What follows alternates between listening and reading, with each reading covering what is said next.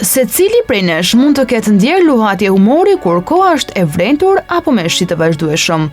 Njerëzit në vendet e ftohta me mod vazhdimisht të keq kanë luhatje ekstreme të humorit.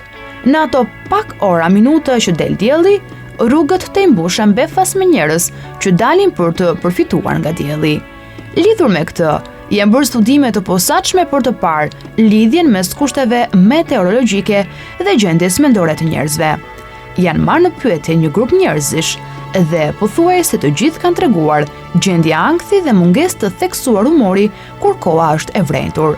Ata dallonin gjithashtu ndryshim të menjëhershëm të humorit në rastet kur koha është e mirë e me diell.